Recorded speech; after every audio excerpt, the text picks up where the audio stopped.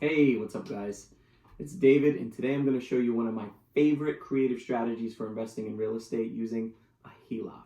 How would you like to purchase real estate using no money out of your bank account? I mean, it sounds like a late night TV scam, doesn't it? Well, my name's David Cherry. I'm a realtor and a real estate investor local to the southern New England area. And today I'm going to show you how a HELOC can help you do just that. Stay tuned.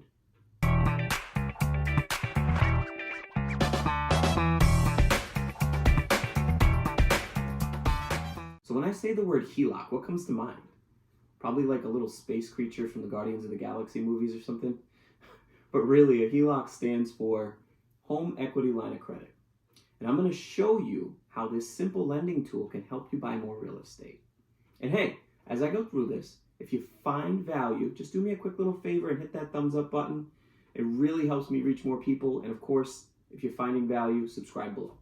All right, let me explain how the HELOC works, and then we'll talk about how to use one to invest in real estate. And the best way to explain what a HELOC is with an example. All right, let's say you own a house, cute kitchen for you and your cute spouse, your cute kids, and your ugly dog. No, kidding.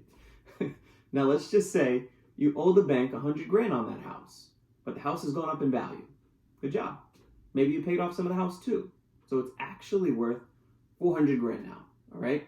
So you owe 100 grand, it's worth 400 grand. The difference between what the property is worth and what you owe on the property is what's known as equity, okay? Equity is really great because the more you have, the more wealth you have, right?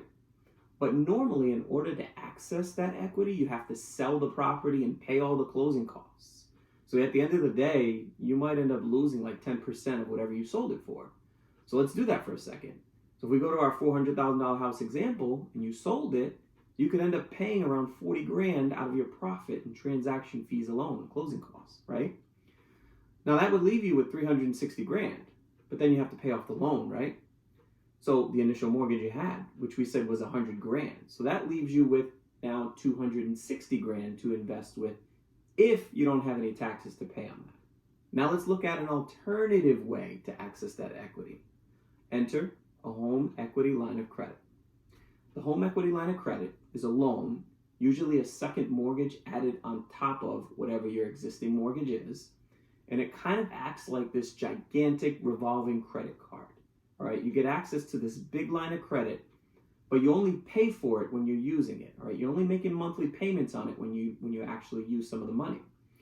And the interest rates are way lower than a regular credit card, although it is variable, meaning that it could go up and down a little bit with the interest rates. So if you get a HELOC, you now have access, quick and easy access to capital when you need it, but you're not paying unless you actually use it, unless you're buying real estate.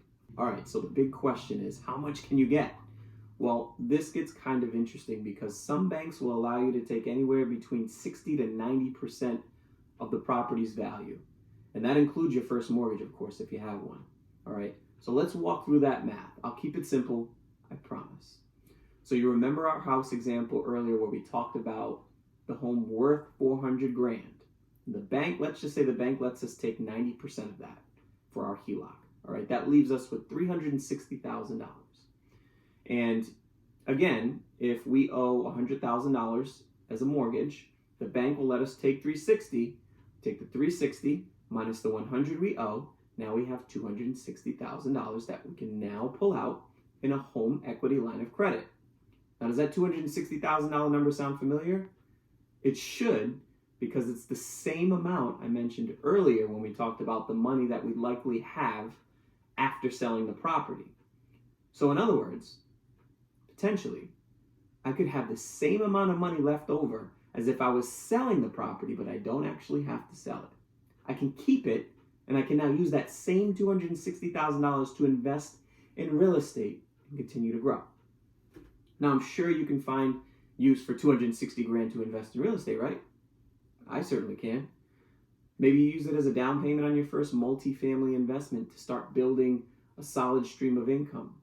Or you use it to fund your first BRRRR, which stands for buy, rehab, rent, refinance, and repeat.